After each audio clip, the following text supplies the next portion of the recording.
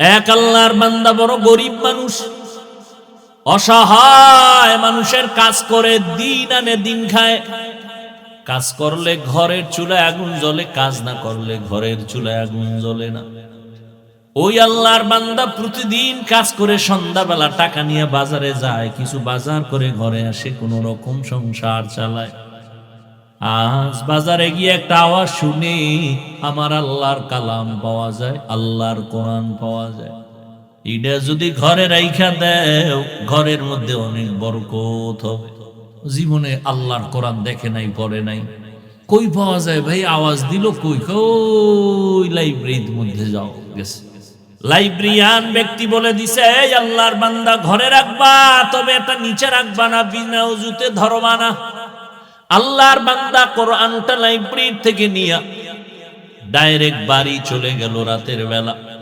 বিবি আবার অপেক্ষায় আছে, বাজার করে আনবে, রান্না করবো, খাবো। আমি এখন ঘরের দরজায় গিয়ে যদি বলি কিছু আনতে পারি নাই, দেখে যদি তো মেজাজ গরম হবে। আগের থেকে সিগন্যাল দিছে, এই ম্যাডাম বাঁকা টাকা হইও না, আজকে কিন্তু খাওন দাও না, নিন একটা বরকত নিয়ে এসি। মহিলারা তো বরকতের আরো ভাগ। কি বরকত? বলে আল্লাহর কালাম। ঘরের মধ্যে গিয়া বলে এটা বিনা অজুতে ধরা যাবে না, নিচু জায়গায় রাখা যাবে না, ঘরের মধ্যে এটা রাখতে পারলে অনেক বরকত হবে। এটা এমন একটা জিনিস যেটা দেখলে সওয়াব, পড়লে সওয়াব, ধরলে সওয়াব, জিডার আওয়াজটা কানের মধ্যে লাগলেও সওয়াব, দিলটা শান্ত হয়ে যায়। সারাদিন আবু জাহাল নবীরে গালি দেয়, আর রাতের আধারে গোপনে গিয়া আমার নবীর জবান মুবারকের তেলাওয়াত গোপনে গোপনে শুনে। আল্লাহর কালাম ঘরের মধ্যে নিয়া স্ত্রী বলে, ভালো একটা জিনিস আনছো, তবে অন্তরে ভয়, এটা তো উঁচা জায়গায় রাখতে হবে। আমরা তো বড় গরিব মানুষ, উঁচা জায়গাও নাই, ছোট একটা ঝুপড়ি ঘর, এখানে এই জিনিসটা রাখার মতো কায়দাই নেই। বিবি দিনদার স্বামীরে পরামর্শ দেয়, পেরেশানি দূর করে দেয়। আল্লাহর বান্দি বলে, দরকার নাই, বেয়াদবির থেকে বেঁচে থাকি, কাল সকাল বেলা না হয়, এখন পারলে ফিরাইয়া দাও। এখন পারবো না, কালকে দিতে হবে। কয় আচ্ছা ঠিক আছে, কালকে দিব, আজকে কি করা যায়? আল্লাহর বান্দি ঈমানওয়ালা বান্দি, দ্বীনের মুহাব্বতওয়ালা বান্দি ডাক দিয়া কয়, স্বামী আমার, আমি একটা পরামর্শ দেই, দেখেন হয়নি কি? অর্ধরাত্র আমি মাথায় নিয়ে কোরআনটা দাঁড়ায় থাকবো, আপনি ঘুম যাবেন। বাকি অর্ধরাত আমি একটু বিশ্রাম করব, আপনি মাথায় নিয়ে দাঁড়ায় দাঁড়ায় কোরআন পাহারা দিবেন। স্বামী বেচারা ডাক দিয়ে কয়, আল্লাহর শুকর, তুমি যেহেতু রাজি হয়ে গেছো, অর্ধরাত্র আজকে না ঘুমাইলে কি হবে, আমি কোরআন মাথায় নিয়ে দাঁড়ায় থাকবো।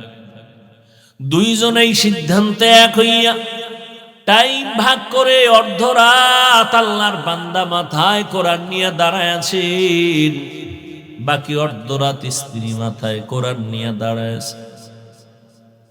ফজরের আজান হয়ে গেছে,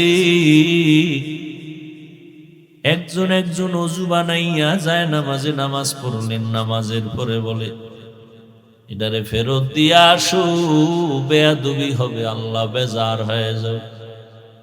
স্বামী বলে যে, আনলাম কষ্ট করে, টাইনা দিয়ামু, ভিতরে কি একটু দেখি। এটা খুইলা টুইলা দেখলাম না, কি ভিতরে? একই যায় নামাজে দুইজন বইয়া এবার দেখতেছে, খুলতেছে পৃষ্ঠা, উল্টায় উল্টায় উল্টায়, আঙ্গুল টানে আঙ্গুল টানে আঙ্গুল টানে দোনোজন। মাওলা পাকের বড় কুদরত, মুহূর্তের মধ্যে শুরু থেকে শেষ পর্যন্ত আঙ্গুল টেনে টেনে টেনে টেনে লাইনে লাইনে পুরা কোরআনটা পৃষ্ঠা উল্টানো শেষ।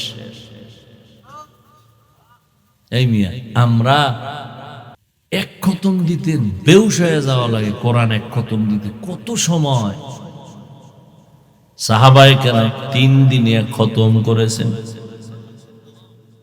তামিমে দারি রাদিয়াল্লাহু আনহু প্রতি রাত 300 রাকাত নফল নামাজ পড়েছেন, ফরজের বাহিরে 300 রাকাত। সুবহানাল্লাহ তো কইছেন, বাসায় একটু হিসাব করেন যে এটা কেমনে সম্ভব।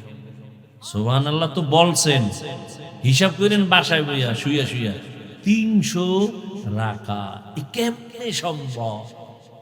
আল্লাহ কয় আমি আল্লাহর কুদরতের দ্বারা সম্ভব। সময়ের মধ্যে আমি বরকত দেই, সময়ের বরকত এটা ধরা যায় না, বুঝার জিনিস, অনুভব করার জিনিস। এটা ক্যালকুলেটর কম্পিউটারে হিসাব মিলবে না।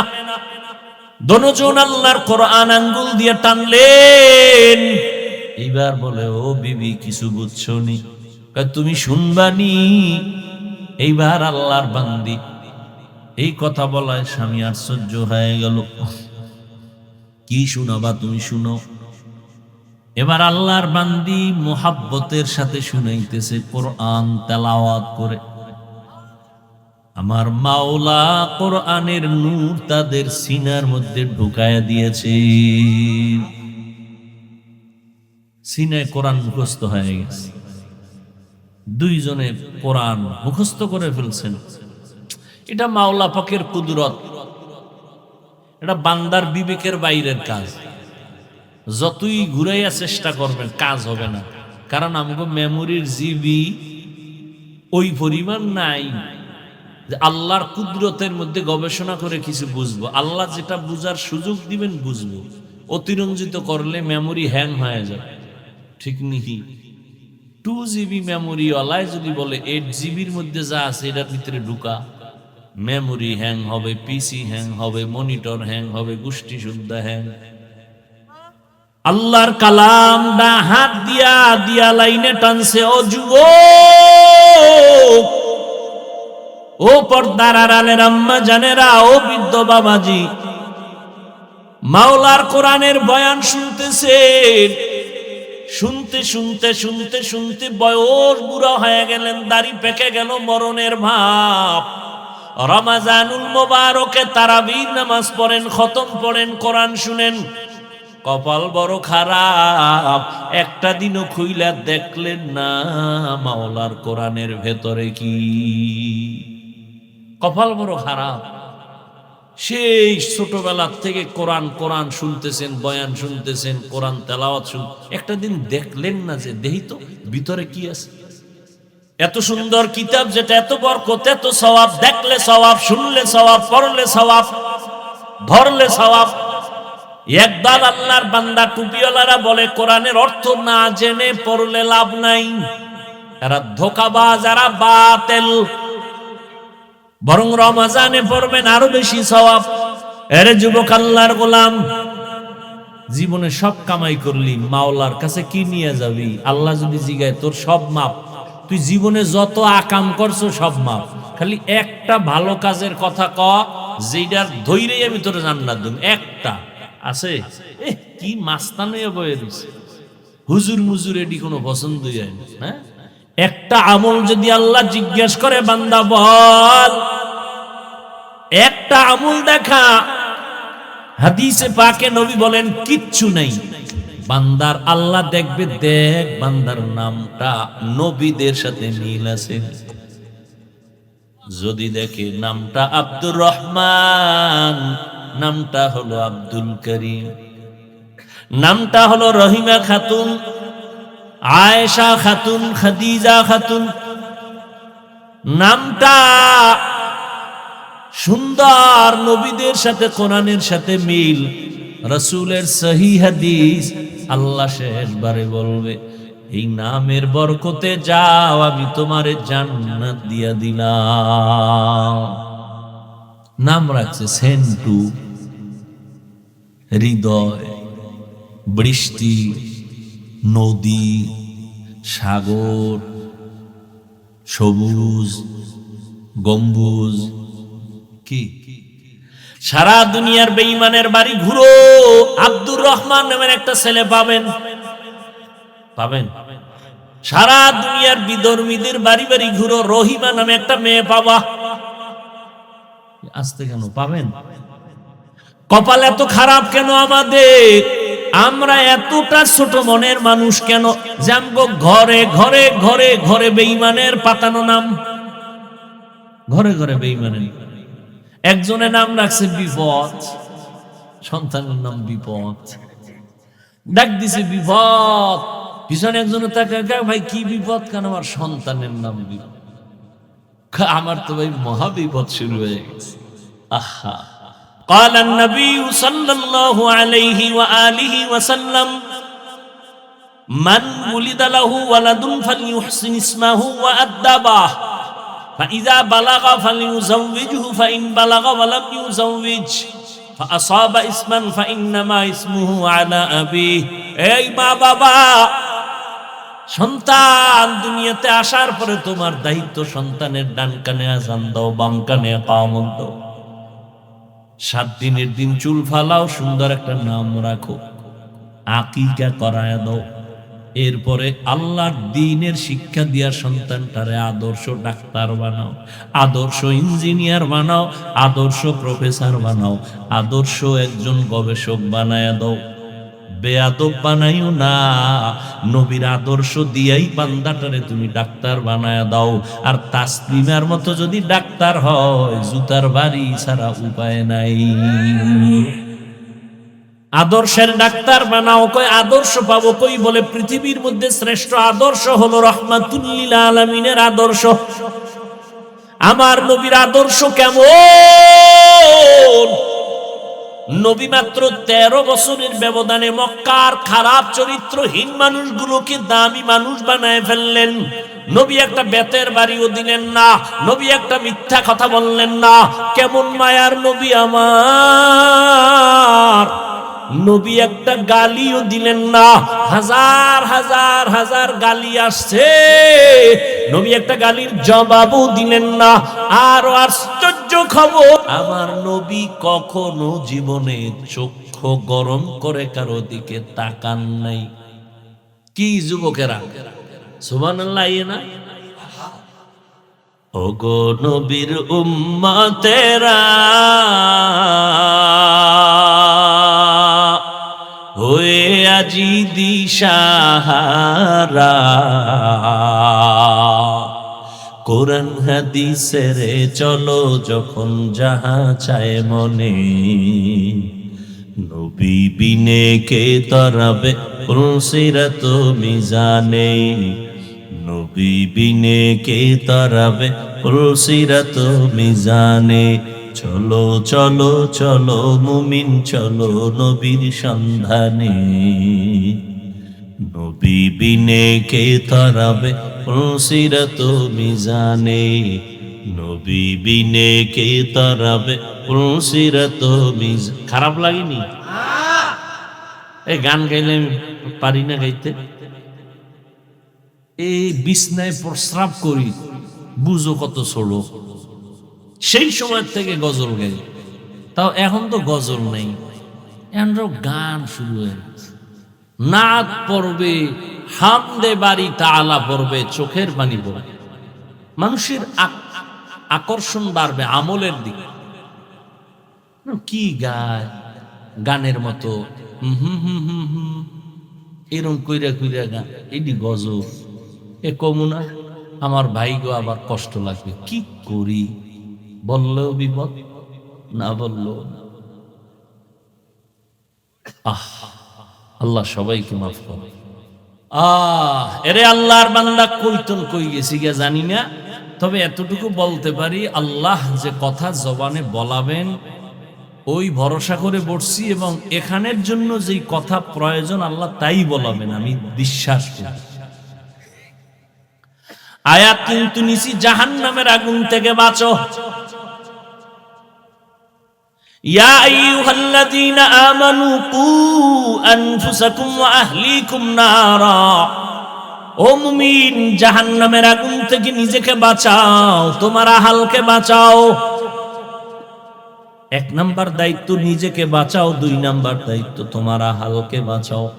ও আব্বা আম্মারা, আপনাদের সন্তান আপনাদের আহাল, আপনিও জাহান্নাম থেকে বাঁচবেন, আপনার সন্তানদেরও বাঁচাবেন, নিজেও নামাজ পড়বেন, সন্তানদেরকেও নামাজি বানাবেন, নিজেও কোরআন শিখবেন পড়বেন, সন্তানদেরকেও কোরআন শিখাবেন পড়াবেন, নিজেও হালাল খাবেন, সন্তানদেরকেও হালাল খাওয়াবেন। খবরদার নিজেও সুদ খাবেন না, নিষ্পাপ সন্তানগুলোকে সুদের টাকা খাওয়াইয়া পবিত্র রক্তটারে নাপাক বানাবেন না। কত বড় কুলাঙ্গা, নিজে হারাম খায়, যাইনা শুইনা খা, মরার পরে ভিটাভিটি যাওয়া হবে, কিন্তু তোমার ঘরের মা, তোমার ঘরের বাচ্চাটার কি দোষ?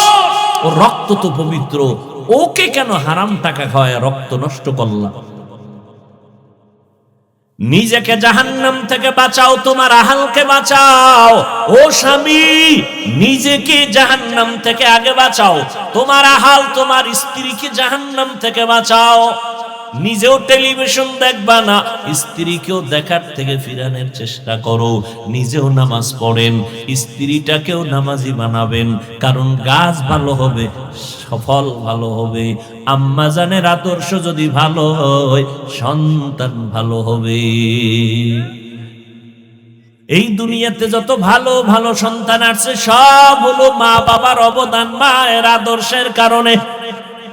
মায়ের আদর্শ ভালো তো সন্তান ভালো। যেই গাবি ভালো, ওই গাবির দুধ বেশি হয়।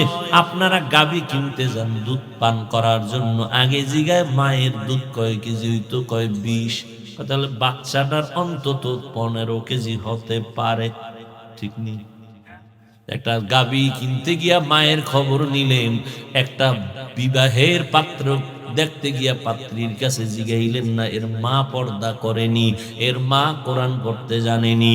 কারণ মা যদি কোরআন পড়নেওয়ালা হয়, পর্দা করে, মেয়েটাও পর্দা করার মধ্যে আসতে পারে, ফায়দা হবে, কোরআন পড়লে লাভ হবে। ঘরের মধ্যে আম্মা জান কোরআন পড়বে, রহমতের ফেরেশতা ঘরটা পাহারা দিবে। জাহান্নামের আগুন থেকে নিজেকে বাঁচান, আহালকেও বাঁচান। কেন? বলে ওয়াকুদুহান নাসু ওয়াল হিজারা, জাহান্নামের আগুনের ইন্ধন হবে মানুষ আর পাথর। দুনিয়ার আগুন আগুন, জাহান্নামের আগুনটাও আগুন। দুনিয়ার আগুনের দ্বারা মানুষের উপকার হয়, মাঝে মাঝে ক্ষতিও হয়, কিন্তু জাহান্নামের আগুন সব সময় ক্ষতি আর ক্ষতি আর ক্ষতি। দুনিয়ার আগুন নরম, জাহান্নামের আগুন বড় হাত। দুনিয়ার আগুন হাতে লাগলে হাত জ্বলে, পাও জ্বলবে না। জাহান্নামের আগুন যে কোনো জায়গায় শরীরে লাগবে, কলিজাটা পর্যন্ত ভুনা হয়ে যাবে। দুনিয়ার আগুন জ্বালাইতে নরম জিনিস লাগে, খের কুটা কেরোসিন। জাহান্নামের আগুন এত ভয়ঙ্কর, আল্লাহ বলেন এই জাহান্নামের আগুন প্রজ্বলিত করতে আমি প্রথম শক্ত জিনিস ব্যবহার করব। আর ওই শক্ত কি ব্যবহার করব জানুনি মানুষ? আমি জাহান্নামের আগুন জ্বালাইতেই ব্যবহার করব মানুষ আর পাথর। কোন মানুষ বলা হয় যায় না, কোন মানুষ দিয়া জাহান্নাম বানাবেন বলা যায় না। রাসূলের সাহাবী আবু হুরায়রা রাদিয়াল্লাহু তাআলা আনহু, একজন মুহাব্বতের সাহাবী বলেন, ও ভাই আবু হুরায়রা, আপনি নবীর সোহবতে বেশি সময় কাটাইছেন, নবীজির এমন একটা হাদিস আমাকে আপনি শুনাইবেননি? আবু হুরায়রা রাদিয়াল্লাহু তাআলা আনহু বলেন, ঠিক আছে আসেন আমি শুনাবো। একটা নির্জন জায়গায় বসছি, দুইজনে বই আবু হুরায়রা বলেন, ও ভাই, ওই হাদিসটা আমি আপনাকে আজকে শোনাবো, যেই হাদিস আমাকে নবী শুনাইছেন। এই রকম নিরিবিলি একটা ঘর, কেউ ছিল না, রহমতের নবী আর আমি আবু হুরায়রা ছাড়া কেউ নাই। এ কথা কইয়া একটা চিৎকার দিয়ে বেহুশ হয়ে পড়ে গেছে। আবু হুরায়রা রাদিয়াল্লাহু আনহু হুশে আসছেন। হুশে আসার পরে আবার বলতেছেন, ভাইজান আমি ওই হাদিসটা আপনাকে শোনাবো, যেই হাদিস আমাকে নবী মুহাব্বত লাগায় শুনাইছেন। এমন একটা নির্জন জায়গা যেখানে নবী আর আমি আবু হুরায়রা ছাড়া কেউ ছিল না। আবু হুরায়রা এই কথা বইলা আবার একটা চিৎকার মেরে বেহুশ হয়ে গেছে। আবার হুশে আইসা আবার বলেন ওই হাদিসটা শোনাবো যে হাদিসটা নবী আমাকে একা একা শুনাইছেন। আবার বেহুশ। এইভাবে কয়বার বেহুশ? কয়বার? চতুর্থবারে কয় ভাই শুনেন, মায়ার নবী হাদিস আমাকে শুনাইছেন, কিয়ামতের ময়দান কায়েম হয়ে যাবে। আবু হুরায়রা কাঁদেন আর বলেন নবীজিও কান্না করে হাদিসটা শুনাইছেন। কিয়ামতের ময়দান কায়েম হয়ে যাবে। ময়দানটা সমতল, এই জমিনটাই হবে কিয়ামতের মাঠ। এই যে আমরা জমিনে বসে আছি এটাই কিয়ামতের মাঠ। কিচ্ছু থাকবে না, পুরা জমিনটা সমতল হয়ে যাবে। আল্লাহ পাক মানুষগুলোকে উঠাবেন, সব মানুষ দাঁড়াবে, নারী পুরুষ সব একেবারে উলঙ্গ। সূর্যটা নিচে নেমে আসবে, সূর্যর তাপ জমিনে দেওয়া হবে। অপর দিকে জাহান্নামের আওয়াজ। ওদিকে আমার আল্লাহ রাগান্বিত আওয়াজ দিয়ে বলবেন লিমানিল মুলকুল ইয়াউম লিল্লাহিল ওয়াহিদিল কাহ্হার। আবু হুরায়রা বলেন আল্লাহ আদালত কায়েম করবেন। তিনজন মানুষকে আল্লাহ ডাকবেন, তিনটা ব্যক্তিকে ডাকবেন, পিওর মানুষ। দুনিয়ার সমস্ত চোখ বলে এই তিনজন বিনা হিসাবে জান্নাতি। খুব খেয়াল করেন। আবু হুরায়রা বলতেছেন নবী ওই হাদিসটা শুনাইছেন, কিয়ামতে আল্লাহ তিনজন ব্যক্তিকে ডাকবেন। দুনিয়ার চোখ বলে ওই তিনটা মানুষ বিনা হিসাবে জান্নাতি। কারা বলে? দুনিয়ার চক্ষু দেখে বলবে এই তিনজন কি? আবু হুরায়রা বলেন ওই তিনটা মানুষ জান্নাতি। আল্লাহ ডাকবেন, প্রথম ব্যক্তিকে ডাকবেন, তিনি হবেন যুদ্ধের ময়দানে গলা কাটা শহীদ। আর একজন ডাকবেন, তিনি বড় হুজুর মাওলানা। আর একজন ডাকবেন যিনি কোটি কোটি টাকা দান করে মাদ্রাসা মসজিদ করেছে। আপনাদের চোখ কি বলে? এরা জাহান্নামী। সবাই বলে এরা জান্নাতি।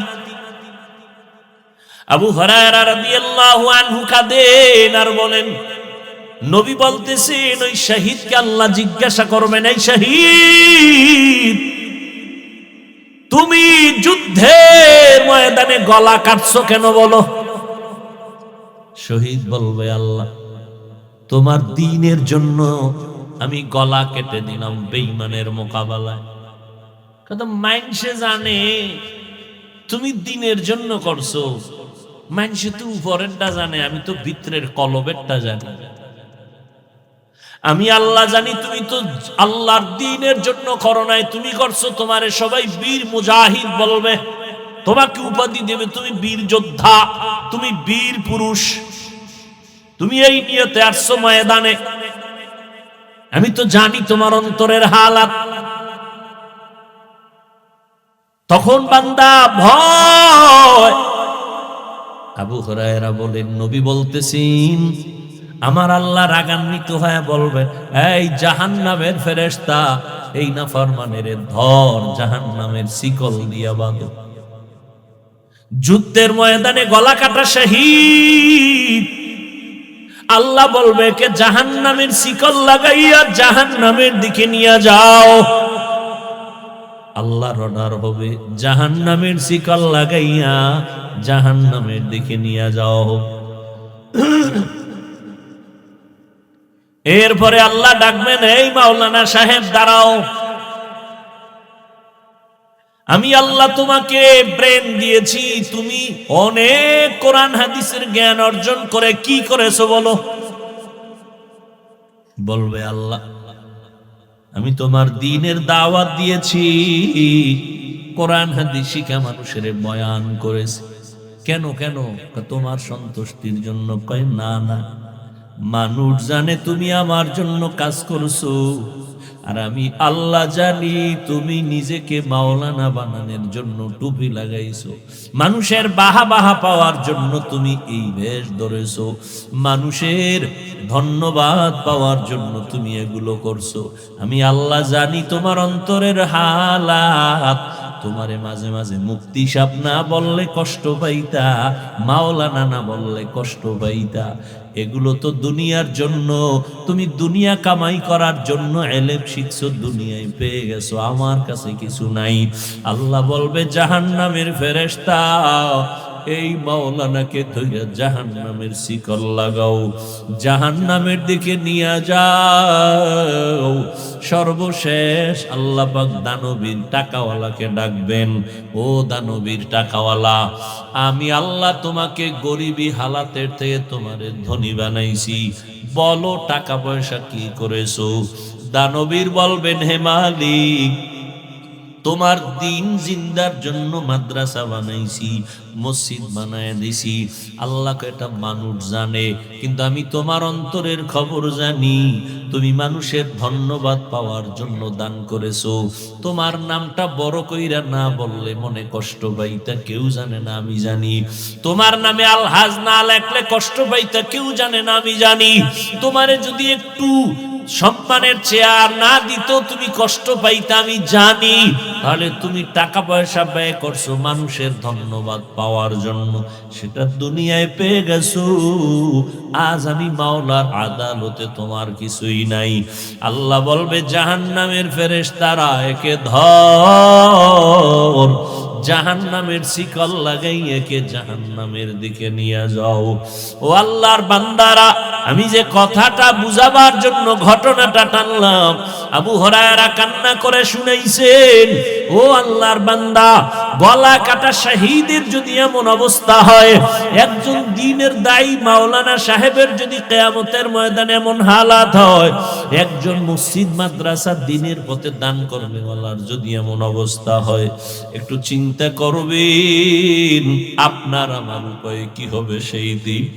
আজকে মনে হয় আমার মতো মাওলানা আপনারা কত সম্মানে আমাকে বসাইছেন, কিন্তু গুনার দিকে তাকায় দেখি মনে হয় এই মাঠে আমার মতো গুনাহগার আর একজনও নাই।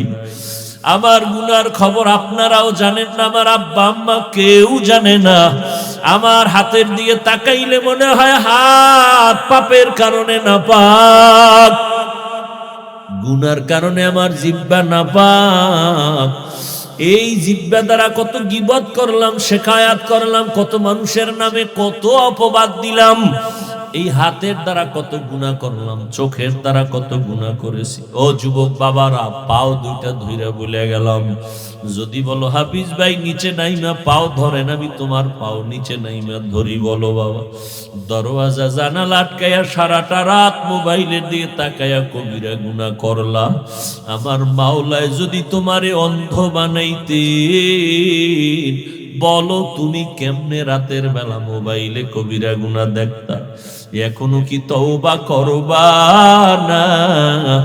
কয়দিন আর তুমি বাঁচবারে বাবা? তাকায় দেখো গাড়ির নিচে তোমার মতো যুবকের লাশ, পানির ভেতরে তোমার মতো যুবকের লাশ, ঘরের বিছানায় ঘুমের বিছানায় তোমার মতো যুবকের লাশ। ও আল্লাহর বান্দা, তুমি স্কুলে পড়ো, কলেজে পড়ো, চাকরি করো, বাধা নাই, নামাজটা ছাড়িও না রে বাবা। তোমার মতো যুবক স্কুল কলেজে পড়ে, নামাজ ছাড়ে না, তুমি কেন পারো না রে বাবা? তোমার মতো বান্দা রাস্তায় গাড়ি চালায়, নামাজ ছাড়ে না, তুমি কেন পারো না? তোমার মতো যুবক ব্যবসা করে, চাকরি করে, নামাজ ছাড়ে না, তুমি কেন পারো না? তোমার মতো যুবক কৃষি কাজ করে, নামাজ পড়ে, তোমার মতো বান্দা র্যাব, আর্মি, পুলিশ, বিডিআর এর চাকরি করে, ডাক্তার, প্রফেসর, ইঞ্জিনিয়ার, নামাজ ছাড়ে না, তুমি কেন পারো না রে বাবা? আমার মাওলার কোরআনটা কি মিথ্যা মনে করেছো? আমার নবীর কথাগুলো কি মিথ্যা মনে করেছো রে বাবা? একজন, দুইজন, তিনজনে বললে হয়তো সন্দেহ করতে পারো এ কথাটা মিথ্যা, কিন্তু আখিরাতের কথা, গুনাহগারের জাহান্নামের বয়ান তো লক্ষ লক্ষ নবীরা বললেন, লক্ষ লক্ষ সাহাবায়ে কেরাম একই বয়ান করলেন, কোটি কোটি কোটি কোটি উলামায়ে কেরাম আল্লাহ ওয়ালারা একই বয়ান করে কবরে গেলেন। তাবলীগওয়ালারাও বলে গুনাহ ছাড়ো, নেক আমল করো। পীর সাহেবরাও বলে গুনাহ ছাড়ো, নেক আমল করো। আল্লাহ ওয়ালারা সবাই বলে গুনাহ ছাড়ো, নেক আমল করো। উলামায়ে কেরাম বলে গুনাহ ছাড়ো, নেক আমল করো। ও যুবক, আজকে আমিও যদি তোমার মতো প্যান্ট শার্টটাই লাগায় রাস্তায় ঘুরতাম, দাড়ি কেটে, কেউ আমারে বাধা দিত না রে বাবা। এই টুপির কারণে মাথা গরম লাগে তাও জানি, দাড়ির কারণে যৌবনের ভাব চলে যায় তাও বুঝি, লম্বা জামা গায়ে পরার কারণে শরীরটা গরম লাগে, আটকা আটকা লাগে তাও বুঝি, শীতের মধ্যে ঠান্ডা পানি দিয়া ওযু বানাইয়া ফজরের নামাজ পড়তে অনেক কষ্ট তাও বুঝি। এই টুপিদারির কারণে আলেমরা অনেক গালি শুনছেন, ফাঁসি হয়েছে তাও জানি। এরপরও এখনো শুনি কত মানুষ, তোমরা তোমাদের মতো কত বান্দার আমগো গালি দাও, পাঁচকুল্লি বলে গালি দাও, চরমনাইরে গালি দাও, তাপলি গলাদের বিরুদ্ধে বলো, দেওবন্দীদের গালি দাও, জানি শুনি, তারপরও কোনো জবাব দেই না। বাবা এরপরও কেন টুপি ফালাই না, নামাজ সারি না, দাড়ি কাটি না? একমাত্র কারণ আমার কবরে আমি যাব, তুমি যাবা না। আমার কবরে আমার এই জামা কাপড় বেলেট দিয়ে আমার আপনজন কেটে কেটে রেখে দিবে। আমার বিদায় বেলা 3টা সাদা কাফন, ওই কবরে 3টা প্রশ্ন তোমাকেও করা হবে, আমাকেও করা হবে। রবের পরিচয় দাও, ধর্মের পরিচয় দাও, রাহমাতুল লিল আলামিনের পরিচয় দাও। ও বাবা ওই কবরে যাইয়া আমি হুজুর জবাব দিতে পারবো এই কোনো গ্যারান্টি নাই রে বাবা। এই কারণেই তো আবু বকর সিদ্দিক রাদিয়াল্লাহু তাআলা আনহু সারা রাত কান্না করলেন নামাজে, ওমরে ফারুক কান্না করলেন জীবনভর, আল্লাহর কাছে আমি কেমনে দাঁড়াবো। উসমান রাদিয়াল্লাহু তাআলা আনহু কান্না করলেন, কবরে আমার কি উপায় হবে।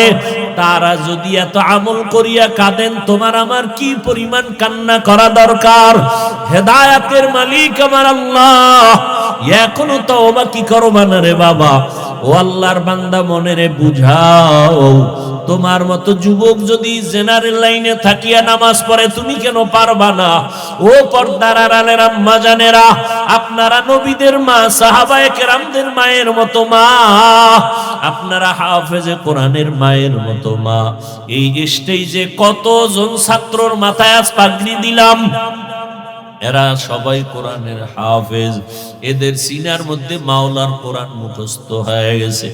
কিয়ামতের ময়দানে আল্লাহ এদের ডাকবেন আর বলবে, রে গোলাম, দুনিয়াতে কোরআন তেলাওয়াত করছো, তোর আর দুনিয়াওয়ালারা শুনছে, আজকে তুই পড়বি, আমি মাওলা তোর তেলাওয়াত শুনবো, আমার সামনে তেলাওয়াত কর। ইউকালু লি সাহিবিল কুরআন ইকরা ওয়ারতাকি ওয়ারাতিল কামা কুনতা তুরাতিলু ফিদ দুনিয়া ফাইন্না মানজিলাকা ইনদা আখিরি আয়াতিন তাকরাউহা। আল্লাহ বলবেন তেলাওয়াত করো, আর একতলা বিল্ডিং লিফটের মধ্যে উপরে যাও। শুধু তুমি একা যাইও না, ও কোরআনওয়ালা, আরো 10টা জাহান্নামীর ব্যাপারে আমার লিস্টি দাও, সুপারিশ করো। আমি মাওলা তোমার কোরআনের বরকতে, তুমি যে কোরআন শিখছো এই বরকতে আমি 10টা জাহান্নামীকেও তোমার সুপারিশে জান্নাত দিয়া দিব। ও আল্লাহর বান্দারা, ও আম্মা জানেরা, আজকে এই যে ছেলেরা পাগড়ি নিল, ওদের মা কত ধন্য, ওদের বাবাদের কপাল কত ধন্য। আপনার সন্তানটারে কেন কোরআন শিখাইতে পারলেন না? ডাক্তার বানাবেন আলহামদুলিল্লাহ, তবে কোরআন শিখাইয়া নবীর আদর্শের ডাক্তার বানাইয়া যাইয়েন। আপনার মতো মা নামাজ পড়ে স্বামীর মাল হেফাজত করে, আপনি কেন পারবেন না রে মা? কয়দিন আর দুনিয়ায় বাঁচবেন, একদিন দুনিয়া থেকে বিদায় হবেন। আজকে নতুন শাড়ি পরিয়া স্বামীর ঘরে আসছেন, কত আনন্দ। এমন একটা দিন আসবে সাদা কাফনের প্যাকেট হয়ে কবরে যাবেন। বাচ্চাগুলো আম্মু আম্মু বলে ডাকবে, আপনার জবানে কোনো আওয়াজ হবে না। ও বৃদ্ধ বাবাজিরা, কয়দিন আর দুনিয়ায় বাঁচবেন? আপনার মতো কত বুড়া মানুষ লাঠি দিয়া মসজিদে গিয়া কষ্ট করে করে নামাজ পড়ে সারেন, আপনি কেন পারবেন না? আল্লাহর কাছে তওবা করে নেন। জীবনে তো গুনাহ কম করি নাই, নামাজ কম সারি নাই, বেপরদায় কম চলি নাই, নবীর তরিকা কম জবাই করি নাই। আজকে থেকে আর নবীর তরিকা ছাড়বা না, দাড়ি কাটবা না, বেপরদায় চলবা না, মা বাবার দোয়া নিয়া চলবা, উলামায়ে কেরামের পরামর্শ নিয়া চলবা, নবীর সুন্নাত অনুযায়ী চলবা। এমন নিয়ত যদি কারো অন্তরে থাকে তওবা করার জন্য, মুনাফিকি যদি অন্তরে না থাকে, যাদের অন্তর তৈরি হয়ে আছে তওবার নিয়তে, আমি বলবো ভাইজানেরা, আমার মাওলার মোহাব্বতে তওবার নিয়ত যদি থাকে, দুটো হাত আমার আল্লাহকে দেখায় দেন। আয় আল্লাহ, হাতগুলো কবুল করে নেন, তওবা কবুল করে নেন। আয় আল্লাহ, মরণ পর্যন্ত নবীজির আদর্শ নিয়ে চলার তৌফিক দান করেন। মা বাবার দোয়া নিয়া, উলামায়ে কেরামের পরামর্শ নিয়ে আদবের সাথে চলার তৌফিক দান। তাহলে মানুষ সৃষ্টির শ্রেষ্ঠ, নূরের সৃষ্টি শ্রেষ্ঠ না, মাটির সৃষ্টি শ্রেষ্ঠ। এটা আল্লাহর স্থায়ী সিদ্ধান্ত, শুধু বিরোধিতা করেছে ইবলিস। মাটির সৃষ্টি ফেরেশতা বা নূরের সৃষ্টি আগুনের সৃষ্টি থেকে শ্রেষ্ঠ, এ কথাটা মানে না। বর্তমানেও দুনিয়াতে কিছু মানুষ আছে না নাই, জানি না, এদের সামনে অনেক যুক্তি। ইবলিসও যে আদমকে সৃষ্টির শ্রেষ্ঠ মানে নাই, তারও কি ছিল? যুক্তি ছিল। যুক্তির নাম ইসলাম না, মালিকের কথা বিনা শর্তে মেনে নেওয়ার নাম ইসলাম। যুক্তি দিতে গিয়া তাসলিমা নাসরিন কপালে এমন জুতার বাড়ি লাগছে যে ওর লাশ হয়ে জমিনে আর আসবে কিনা সন্দেহ। যুক্তি, এর দিয়ে ইসলাম মাপকাঠি করা যায় না। আল্লাহ পাক এই মানুষের শ্রেষ্ঠত্ব ধরে রাখার জন্য, মানুষের এই সৃষ্টির শ্রেষ্ঠত্ব ধরে রাখার জন্য আল্লাহ সিস্টেম দিছেন দুইটা। কয়টা বলেন? এক সিস্টেম থিওরিক্যাল, আর এক সিস্টেম হলো প্র্যাকটিক্যাল। থিওরিক্যাল সিস্টেমের নাম হলো কিতাবুল্লাহ, আর প্র্যাকটিক্যাল সিস্টেমের নাম রিজালুল্লাহ। বর্তমানে থিওরিক্যাল পদ্ধতি যেটা আছে, সর্বশ্রেষ্ঠ থিওরিক্যাল পদ্ধতি বা সিস্টেম হলো কোরআনুল কারীম, আর প্র্যাকটিক্যাল সিস্টেম মানুষের মধ্যে হলেন রাহমাতুল লিল আলামিন। এই দুই সিস্টেমকে ফলো করে যারা জীবনকে চালাবে, তারা দুনিয়ায়ও বাদশাহ, আখেরাতেও বাদশাহ, কোনো পেরেশানি নেই, বিনা হিসাবে জান্নাত পেয়ে যাবে। ভালো করে কথাগুলো খেয়াল করেন। বয়ান তো আপনারা জানেন, আমি কিছু পরামর্শ দিব, এগুলো খেয়াল করেন। যদি কেউ বলে আমি কিতাব মানি, ব্যক্তি মানি না, সে গোমরা, সে ধ্বংস। যদি কেউ বলে আমি ব্যক্তির গোলামি করি, কিতাব মানি না, অথবা কিতাব মানি ব্যক্তি মানি না, দোনো দল ধ্বংসের পথে। আর যারা বলবে না আমি কিতাবও মানি ব্যক্তিও মানি, তারা আহলে হক। এ কথা অনেকে বুঝে কিন্তু মানে না। কারা মানে না? সমাজের চরিত্রহীন দুর্নীতিবাজরা মানে না। কারণ ইসলাম আসলে সবাই দেখবেন, আমাকে বক্তাদের আগে অনেকে বক্তব্য দেয়, বলে হুজুরদের কথা শুনলে হবে না, আমল করতে হবে। এরপরে বলবে ইসলাম শান্তির ধর্ম, মুহাম্মদ সাল্লাল্লাহু আলাইহি সাল্লাম শান্তির দূত, সব বলে, অথচ মানে না। কেন মানে না? মানতে গেলে চোরের চুরি চলবে না, ইসলাম মতো চলতে গেলে দুর্নীতিবাজ দুর্নীতি করতে পারবে না, জালেমরা জুলুম করতে পারবে না। এজন্য ইসলামের বিরোধিতা যারা করে, হয়তো জালেম দুর্নীতিবাজ, না হয় চোর ডাকাত, এরা ইসলাম চায় না। আর ভালো মানুষ বলে না ইসলাম দরকার শান্তির জন্য, যেখানে কোনো বৈষম্য থাকবে না। ইসলাম এমন এক শান্তির ঠিকানা যেখানে গালাগালি নেই, মিথ্যা নাই। তবে এখানে একটা পাঠ করে রাখছে গোটা দুনিয়াতে, বিশেষ করে আমার মুসলমান সমাজে টোটাল একটা পাঠ। কি পাঠ? আগুন আর পানির মতো। আগুন যেমন পানির সাথে মিলে না, পানি যেমন আগুনের সাথে মিললে অস্তিত্ব থাকে না, এরকম একটা পাঠ মানুষের অন্তরে রাখছে যে ইসলাম আর রাজনীতি এটা আগুন আর পানির মতো না। মনে রাখেন, ইসলাম আর রাজনীতি চিনি আর পানির মতো, চিনি আর পানির মতো। পানি চিনি একসাথে হলে যেমন কোনো ভেদাভেদ করা যায় না, ঠিক রাজনীতি ইসলাম আসলে এটাই রাজনীতি। ইসলাম বাদ দিয়ে রাজনীতি থাকে না, দুর্নীতি হয়, পেটনীতি হয়। পবিত্র রাজনীতির নাম ইসলাম, আর সব রাজনীতি নাপাক, সব রাজনীতি একমাত্র পবিত্র রাজনীতি ইসলামের মধ্যে আছে, আর কোথাও নেই। ইসলাম রাজনীতির মধ্যে ইসলাম যতদিন না আসবে ততদিন রাজনীতি পরিচ্ছন্ন হবে না, রাজনীতি পবিত্র হবে না। এখন এটাকে আপনাকে আলাদা করে রাখছে। আচ্ছা আমাকে বলেন তো, আপনারা গোটা দুনিয়াটা সুলাইমান নবী শাসন করেছিলেন, জানা আছে কারো? সত্য কথা বলেন, এই ঘটনা কোথায় আছে? কোরআনে আছে না নাই? গোটা দুনিয়া শাসন করেছেন বাদশাহ জুলকারনাইন, কথা কি কোরআনে আছে? মদিনার রসুল মদিনার রাষ্ট্র চালাইছেন, কথা কি ইসলামে আছে? ওমরে ফারুক, আবু বকর, ওসমান, আলী রাষ্ট্র পরিচালনা করেছেন, কথা আছে ইসলামে? আছে। তাহলে কেন বলেন ইসলামে রাজনীতি নাই? ধান্দাবাজার ছান্দাবাজারাই বলে ইসলামে রাজনীতি নাই।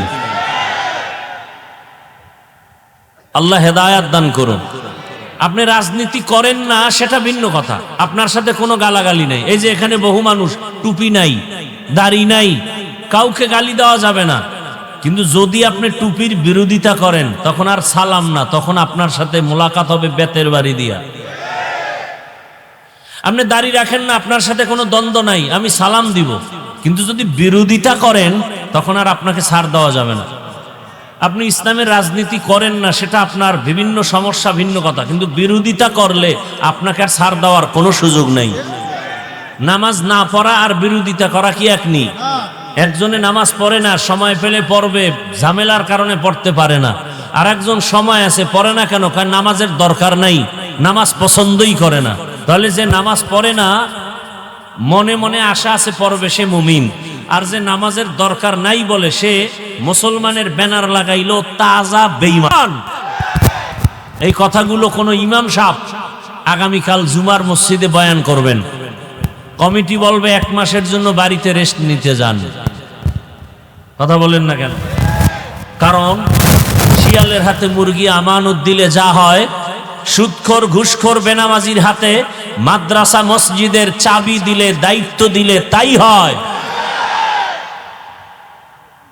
সুদখোর বেনামাজি, ওর অধিকার নাই মসজিদে কোনো দায়িত্ব নেওয়ার। দিছে কে? জিব্রাইল। কারা দিছে? আপনারাই দিছেন। এই জন্য জুতার বাড়ি তো আপনারাই খাবেন। কপালে ডেকে আনছেন মুসিবত, আর করার কি? এখনো হুশ হয় নাই।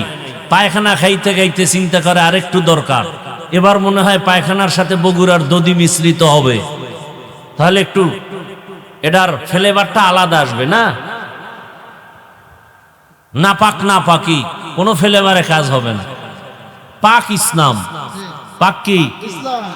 যে বিড়িটানে এর সাথে দাঁড়াইলে সুগন্ধ না দুর্গন্ধ?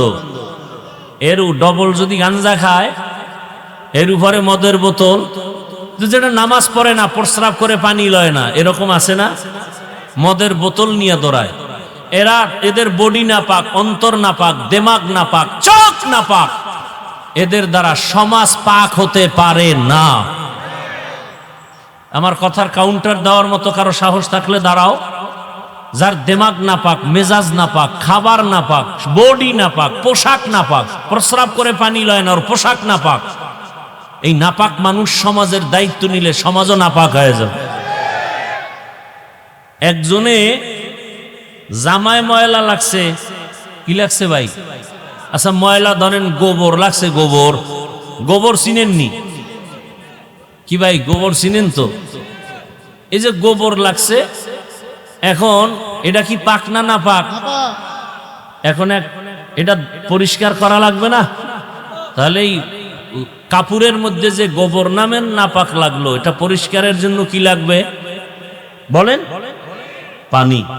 এখন আপনি পানি কোথায় পাবেন? খুঁজছেন, এলাকা নতুন, চিনেন না, পানি খুঁজা টুইজা পান না। তো একজনে কয় পানি তো তোমার কাছেই আছে। পানি তো আর কূপে যাওয়ার দরকার কি? প্রস্রাবও তো পানি। তো প্রস্রাবের পানি দিয়া গোবর ধুইয়া নাও, বলেন কেমন পাক হলো? কথা বলেন। না পাক হলো না নাপাক আরো ছড়াইলো? তাহলে গোবরের নাপাক প্রস্রাব দিয়া ধোয়া যেমন, একটা সুদখোর ঘুষখোর, ওর অন্তর নাপাক, দেমাগ নাপাক, মদখোর দেমাগ নাপাক, ঘুষখোর ওর দেমাগ নাপাক, বডি নাপাক, বেনামাজি ওর টোটালটাই নাপাক, এরে যদি কোন সমাজ পাক করো আরো নাপাক হবে,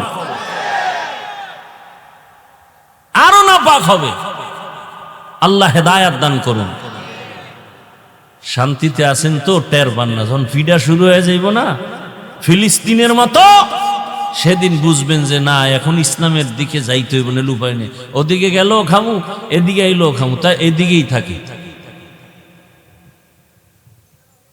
আপনার ইসলাম মানতে এত কষ্ট কেন? আল্লাহ হেদায়াত দান করুন। তো এই দুই পদ্ধতি আল্লাহ দিলেন, এক পদ্ধতি থিওরিক্যাল কোরআন, প্র্যাকটিক্যাল পদ্ধতি রসুল। রসুল নাই, রসুলের অবর্তমানে প্র্যাকটিক্যাল পদ্ধতি মানুষকে জান্নাতে নেওয়ার একমাত্র প্র্যাকটিক্যাল পদ্ধতি যেটা আছে এর নাম উলামায়ে কেরাম ওয়ারাসাতুল আম্বিয়া। আর কোনো শান্তির পথ নাই। কোরআন, উলামায়ে কেরাম, কোরআন সুন্নাহ, উলামায়ে কেরাম, এই দুই পথ ছাড়া শান্তির পথ জমিনে কোথাও। আল্লাহ পাক কোরআন, এই ইকো বন্ধ করো, পারলে রিভাব দাও, নাইলে বন্ধ রাখো, ইকো দিও না। আল্লাহ পাক এদিকে ইঙ্গিত করে বলেন আমি কোরআন দিলাম কেন? আল্লাহ বলেন হুদাল্লিল মুত্তাকিন, আলিফ লাম মিম যালিকাল কিতাবু লা রাইবা। এই এতটুকু আলোচনা করলে অনেক, এটা বাদ, শুধু হুদাল্লিল মুত্তাকিন এই শব্দটার আলোচনা করতেছি। আল্লাহ বলেন আমি কোরআন দিলাম কেন? যারা আল্লাহকে ভয় করে এদেরকে পথ দেখাবে জান্নাতের পথ, হেদায়েতের পথ। হুদাল্লিল মুত্তাকিন। প্রশ্ন এখানে জটিল। যারা আল্লাহকে ভয় করে এদেরকে কোরআন পথ দেখাবে, এটা কেমন কথা? এদেরকে কোরআন হেদায়াত করবে। আরে যারা আল্লাহকে ভয় করে এরা তো হেদায়েতের উপরেই আছে, এদেরকে আবার কিসের হেদায়াত করবে কোরআন? আল্লাহকে ভয় করে এর এর ডেফিনেশন কি? যে সবাই আল্লাহকে ভয় করি। আপনারা এখানে যারা বসা আছেন সবাই আল্লাহকে ভয় করেন না? ভয় করেন বিদেই তো নামাজ পড়েন না। আল্লাহকে ভয় করলে তো হাকিকতে ভয় কি করেন না করেন এটা হলো আসল বিষয়। কিছু ভয় তো আছে, না হয় অজে আসছেন কেন? হাকিকতে আসলে আল্লাহর ভয় কি? আমি উদাহরণটা এভাবে দিই। সন্তান মা বাবাকে ভয় করে, প্রমাণ হলো মা বাবার সামনে অন্যায় করে না। কেন? বলে শাস্তির ভয়। অন্যায় করলে মা বাবা আঘাত করবে, বেতের বাড়ি দিবে। ছাত্র শিক্ষকের ভয় করে, প্রমাণ কি? বলে শিক্ষকের সামনে ছাত্র অন্যায় করে না। কেন? ভয়টা কিসের? বলে শাস্তি দিবে, বেতের বাড়ি দিবে। ঠিক দুনিয়াতে যারা আসলে আমার আল্লাহকে ভয় করবেন ওই বান্দা বান্দি গলায় ছুরি লাগাবে, দাড়ির মধ্যে ছুরি লাগাবে না। যদি লাগায় বোঝা যাবে তার মধ্যে হাকিকতে আল্লাহর ভয় এখনো আসে নাই। যে সাপকে ভয় করে সে সাপ ধরবে? কথা বলেন না কেন? বরং সাপ যেখানে থাকে সেখানেও যায় না, সন্দেহ যদি থাকে। যেমন সাপের গর্ত দেখলে দৌড় দেয়। যারা আসলেই সাপের ভয় করে এরা ঘুমের মধ্যে মাঝে মাঝে সাপ সাপ কয়ে চিৎকার দেয়। ঠিক এই দুনিয়াতে যারা আমার আল্লাহকে ভয় করবে ওই বান্দা গুনার কাছে যাবে না। কয় ওখানে গেলে গুনাহ হবে? কয় না, হবে না। কয় না, কেমন কেমন যেন লাগে। যদি গুনাহ হয়ে যায় আমি আল্লাহর কাছে কেমনে দাঁড়াবো? আমি আল্লাহর কাছে অপরাধী হয়ে যাব। দুনিয়ার সবাইরে ফাঁকি দেওয়া সম্ভব, আমার আল্লাহকে ফাঁকি দেওয়া সম্ভব না। সম্ভব? এই চিন্তাটা অন্তরে ঢুকাও। এর নাম তাকওয়া, আল্লাহর ভয়। যে আল্লাহকে ভয় করবে জীবন চলে যাবে, গুনাহ করবে না। যে ছাত্র শিক্ষকের ভয় করবে ওই ছাত্র ওস্তাদের সামনে অন্যায় করবে না। যেই সন্তান পিতামাতাকে ভয় করবে মা বাবার সামনে অন্যায় করবে না। যেই বান্দা বান্দি আমার আল্লাহকে ভয় করবেন ওই বান্দা বান্দি জীবন যাবে একটা গুনাহ করবে না, ইচ্ছা করে করবে না। অনিচ্ছায় যদি গুনাহ হয়ে যায় তওবা করতেও বান্দা দেরি করবে না। তাহলে মুত্তাকি কারা? যারা আল্লাহকে ভয় করে। এবার আমাকে বলেন, আল্লাহকে যারা ভয় করে তারা গুনাহ করে না ছাড়ে? বলেন। ওয়া আম্মা মান খাফা মাকাম রাব্বিহি ওয়া নাহান নাফসা আনিল হাওয়া ফাইন্নাল জান্নাতা হিয়াল মাওয়া। হর কে দারাত খৌফে হকদার দিল মাদাম জান্নাতুল মাওয়া দেহাদ উরা মাকাম জুজবা হকচি জে মখাজ ইনসুজা ফজলে উআ মস্তে দর জুমলা জাহা। আল্লাহ পাক রব্বুল আলামিন বলেন, যারা আল্লাহকে ভয় করবে মুত্তাকি, তাদের হেদায়েতের জন্য কোরআন আমি অবতীর্ণ করলাম মুত্তাকিনদের জন্য। এখন আল্লাহকে যে ভয় করে সে কি গুনাহ করবে না ছাড়বে? আচ্ছা, যে গুনাহ ছাইরা আল্লাহর ভয়ে চলে সে কি হেদায়েতের পথে আছে না নাই? ভালো করে বলেন, আছে না নাই? এত ডিস্টার্ব হলে কি আর ওয়াজ হয়? এই জন্য রাস্তাঘাটে ওয়াজ নিতে চাই না, যে পারলে আলাদা মাঠ দাও, এই দোকান সেই দোকান। মানুষের তো এখন বিবেক শূন্য। যদি কমন সেন্স থাকে যেখানে কোরআনের বয়ান চলে, কেন আমি কথা বলি, কেন আমি আওয়াজ দেই? এই কমন সেন্সটা না থাকলে এই মানুষটাকে আর কি করা, কিভাবে বোঝানো সম্ভব? এটা কপাল পোড়া, আর কিছুই না। কপালে যদি আগুন লাগে, ঘরে আগুন লাগলে ঘর পাওয়া যায়, নতুন ঘর বানানো যায়।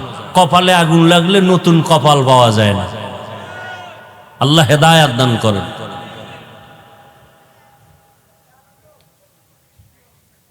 এক মহা মুসিবত।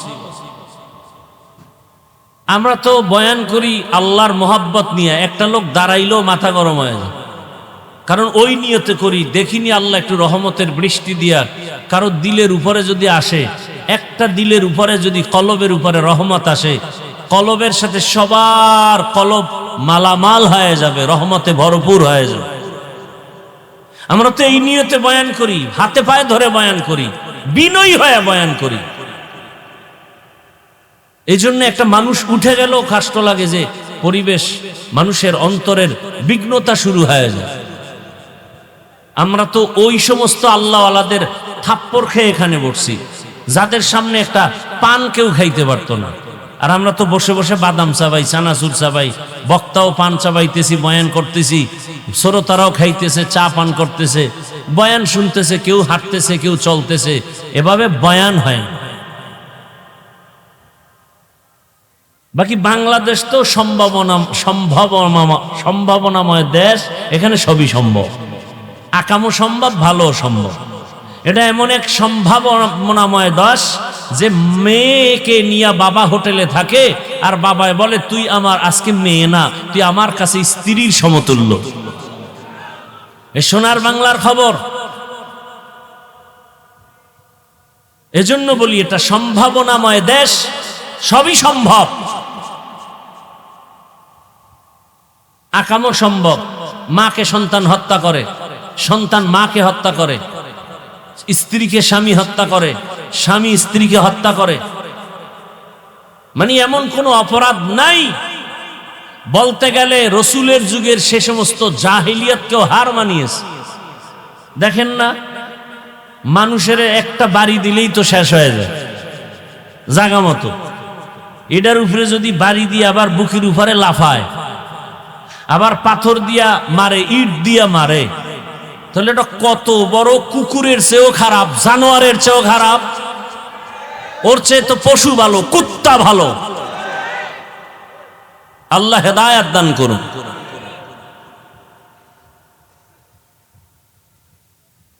বড় আজীব। থানায় লোক নিয়ে যায়, ধৈরা পুলিশে বেতের বাড়ি দেয়, কান্নাকাটি নেই, এমন ফিডা দেয়, এরপরও কাঁদে না। আর কোরআন ও হাদিসের বাগানগুলো এত সুন্দর যে আল্লাহর খাস ওলিরা যখন বয়ান করে, ওই জাহেল পেছনে বসে কান্না করে। তো পুলিশের বেতের বাড়িতে কাঁদে না, কোরআনের বাগানে বসে কাঁদে, ওরে মারলো কে? তাহলে ওটা তো সেই প্যান্ডেল। আল্লাহ হেদায়াত দান করুন। যালিকাল কিতাবু লা রাইবা ফীহি হুদাল লিল মুত্তাকিন। যারা মুত্তাকি, আল্লাহকে ভয় করে, গুনাহ ছাড়ে, এরা তো হেদায়েতের উপরে আছে, এ কারণেই তো তাদের উপাধি মুত্তাকি। এদেরকে আবার আল্লাহ কেন বললেন হুদাল লিল মুত্তাকিন? কোরআন মুত্তাকিনদেরকে হেদায়াত করবে। এরা তো আগের থেকেই হেদায়েতের উপরে আছে, তাহলে কিসের হেদায়াত করবে? প্রশ্ন। দ্বিতীয়, আল্লাহ কোরআনের আর এক আয়াতে বলেন, আমি আল্লাহ কোরআন কেন অবতীর্ণ করলাম? শাহরু রমাদানাল্লাযী উনজিলা ফীহিল কুরআন হুদাল লিন্নাস ওয়া বাইয়িনাতিম মিনাল হুদা ওয়াল ফুরকান। রমাজানে কোরআন অবতীর্ণ করেছি দুনিয়ার সব মানুষের হেদায়াতের জন্য। দেখছেন, এখানেও আল্লাহ বলেন আমি কোরআন অবতীর্ণ করলাম দুনিয়ার সমস্ত মানুষের হেদায়াতের জন্য। প্রশ্ন এখানেও জটিল, দুনিয়ার সব মানুষ কি হেদায়াত পেয়েছে? কথা বলে না। আরে দুনিয়ার সব মানুষ বাদ দেন, এই প্যান্ডেলে আমরা যারা বসে আছি আমরাও তো পূর্ণ হেদায়াত পাই নাই। পাইছেন? এখানে এমনও মানুষ বসে আছেন আজকে ফজরের নামাজ পড়েন নাই, জোহর পড়েন নাই, আসর পড়েন নাই, মাগরিব পড়েন নাই। এখানে এশার নামাজ হয়েছে একটু আগে, কত আশেকে রসুল ঘুরছে আর বিড়ি টানছে, নামাজ পড়ে নাই। বয়ানে এসে বসে গেছে, নামাজে বয়ানের পরে আবার রাস্তায় গিয়ে বিড়ি টানবে। এরপরে বাসায় ঢুকলে নতুন ডিউটি মোবাইল, সারাটা রাত মোবাইলে জেনা করবে, জেনা, হাতের জেনা, চোখের জেনা, অন্তরের জেনা, জবানের জেনা করে করে রাত কাটায় দিবে। কখন 2টা বাজে খবর নাই, রাত কখন 3টা বাজে খবর নাই। ফজরের আজান হয়ে যায়, আজানের আগ মুহূর্তে এমন ঘুমের চাপ, মোবাইলটা পড়ে থাকে, সে ঘুমায় যায়। 10টা 11টা 12টা পর্যন্ত ঘুমায়।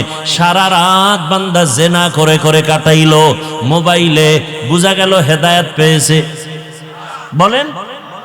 আল্লাহ বলেন আমি কোরআন রমাজানে দিলাম সারা দুনিয়ার মানুষের হেদায়েতের জন্য। কিন্তু প্রশ্ন, হে মালিক, সারা দুনিয়ার মানুষ দরকার নাই, তুষার দ্বারার মানুষ কেন পূর্ণ হেদায়েতে নাই? অনেকে ভাবে আমি হাফিজুর রহমান, আমি মজার বয়ান করি, আমার মতো হেদায়েতওয়ালা কেউ নাই। আমি কেন্দ্রীয় মসজিদের খতিব, আমার মতো ভালো মানুষ কেউ নাই। আল্লাহ কয়, রে হাফিজুর রহমান, দুনিয়ার সবাই জানে তুই ভালো মানুষ, আমি আল্লাহ জানি তুই সারা রাত মোবাইলে গুনাহ করো। কথা বলেন না কেন?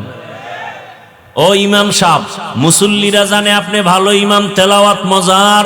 আল্লাহ কয়, আমি জানি তুই সারা রাত মোবাইলে চোখের গুনাহ করো, হাতের গুনাহ করো, জবানের গুনাহ করো, অন্তরের গুনাহ করো।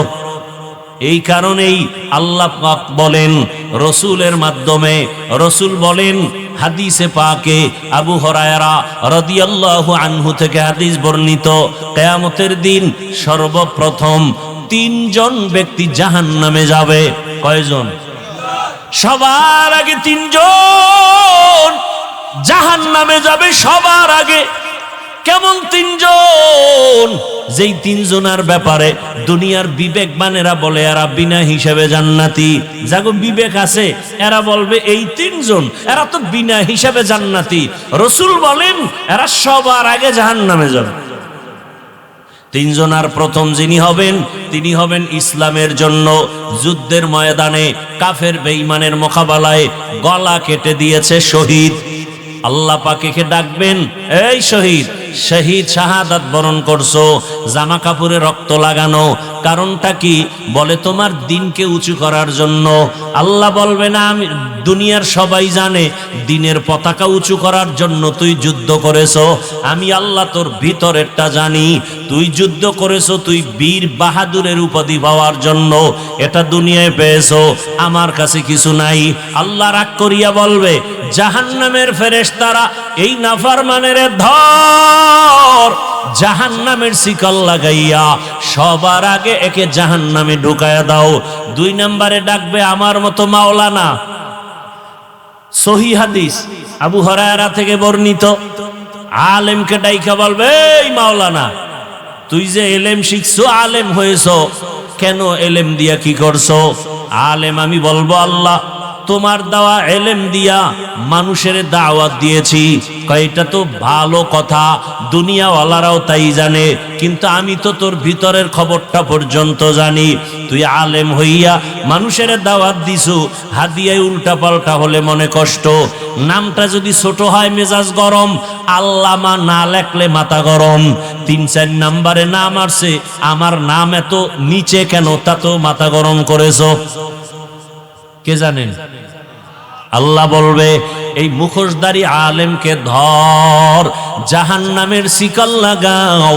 মানুষ জানে তুই বড় বক্তা, মানুষ জানে তুই বড় ইমাম, কিন্তু আমি আল্লাহ জানি তুই সারা রাত মোবাইল চালাইছো, স্ত্রীর হক আদায় করো নাই, সন্তানের হক আদায় করো নাই, ভাইয়ের হক আদায় করো নাই, মুসল্লিদের হক আদায় করো নাই, শিক্ষক হইয়া ছাত্রের হক আদায় করো নাই, বাবা হইয়া সন্তানের হক আদায় করো নাই, স্বামী হইয়া স্ত্রীর হক আদায় করো নাই। আল্লাহ বলবে কে জাহান্নামের শিকল লাগায় জাহান্নামে নাও। 3 নাম্বার ব্যক্তি হবে টাকা পয়সা দান করে যারা মাদ্রাসা করে, মসজিদ করে, এগো ধরবে আল্লাহ। এরা দানবীর। আল্লাহ বলবে এই দানবীরে দিগায়, তোরে আমি গরিব বানাই নাই, হাজারো গরিবের মধ্যে তোরে টাকাওয়ালা বানিয়েছি, বল তোর সম্পদ কি করেছো? আল্লাহ তুমি জানো না, মাদ্রাসায় দিয়েছি, মসজিদে দিয়েছি, কালভার্ট বানিয়েছি, মানুষের কল্যাণে খরচ করেছি। আল্লাহ বলবে সব জানি, এটা তো দুনিয়াওয়ালারাও জানে, কিন্তু আমি আর একটু বেশি জানি, তোর ভিতরের খবর জানি। কি জানেন আল্লাহ? তুই যে দান করছো 50,000, চায়ের দোকানে বয়ে চাপাবাজি করছো, মসজিদে 50 দিয়া বলছে মসজিদটা আমি কইরা দিছি। এরকম চাপাবাজ আছে না নাই? মাদ্রাসায় দেয় 50,000, চাপাবাজি করে, মাদ্রাসা তো আমি করছি। এরপরে আবার দান করার আগে বলে আমারে পোস্টারে প্রধান অতিথি দেওয়া লাগবে, আছে না নাই? হুজুরকে উপরে নাম দেওয়া লাগবে। এই দান করছে মানুষ, মারহাবা না বললে মেজাজ গরম। নাম লেখছে ঠিকই, আলহাজ লেখে নাই, মাথা গরম হয়ে গেছে। কেমন হাজি? আলহাজ না লেখলে মাথা গরম। আল্লাহ বলবে আমি জানি তুই বড় ধোঁকাবাজ। মাদ্রাসায় দান করছো ঠিকই, মসজিদে দান করছো ঠিকই, কিন্তু হুজুরদের সাথে গোলামের মতো আচরণ করেছো। একক তো ইমাম সাহেব নামাজে না থাকলে কি পরিমাণ বেয়াদবিমূলক আচরণ করেছো আমি আল্লাহ জানি। আমি আল্লাহ পাক রব্বুল আলামিন তোর ভেতরের খবর পর্যন্ত জানি। তুই যে টাকা পয়সা দান করছো ঠিক, একদিকে মসজিদ মাদ্রাসায় দিছো, অন্য দিক থেকে সুদের টাকা নিছো, ঘুষের টাকা নিছো কি নাই? এরকম গোপনে খায় ঘুষ সুদ, আর প্রকাশ্যে করে দান। তুমি প্রকাশ্যে সুদ ঘুষ খাও, প্রকাশ্যে দান করো, আর গোপনে যদি খাও গোপনে দান করো। দেখেন না কিছু মানুষ যারা ভালো, এরা কি করে? 20,000 টাকাই মাদ্রাসায় দিলাম, ফাউন্ডেশনে দিলাম, মসজিদে দিলাম, মাইকে যেন নাম বলা না হয়, এরম নাই? আবার কিছু মূর্খ পণ্ডিত আছে, এরা 5,000 2,000 দিয়া কয় মাইকে নাম বলতে বলিও, নাম যদি না বলে বলে টাকা ফিরায় দাও। আছে না? দেখবেন জুমার মসজিদে কিছু মানুষ থাকে অতি চালাক। আমি বলি অতি চালাকের আর এক নাম বেয়াদব। এরা দান করে না, এরা বয়ে বয়ে গুট গুট করে সমালোচনা করে। 5 ওয়াক্ত নামাজি কখনো বলে না ইমাম সাহেব বয়ান সাইরা তাড়াতাড়ি নামাজে দাঁড়ান। সাপ্তাহিক মুসল্লির চান্দি গরম, ও আইসে সবার শেষে, ইমাম সাহেব বয়ানটা বুঝাইতে গিয়া 5 মিনিট বেশি হয়ে গেছে, পুরো মসজিদ গরম বানায় ফেলছে। ইমাম সাহেব আপনারা যদি এরম করেন আমরা করবো কি? তো ইমাম সাহেব যদি বলে তুই গু খা, তুই পায়খানা খা, বদমাস বেয়াদব। ইমামকে চার্জ যারা করে, ইমামকে সবার সামনে যারা ফোর্স করে, এদের মতো বেয়াদব এই জমিনে কেউ নাই।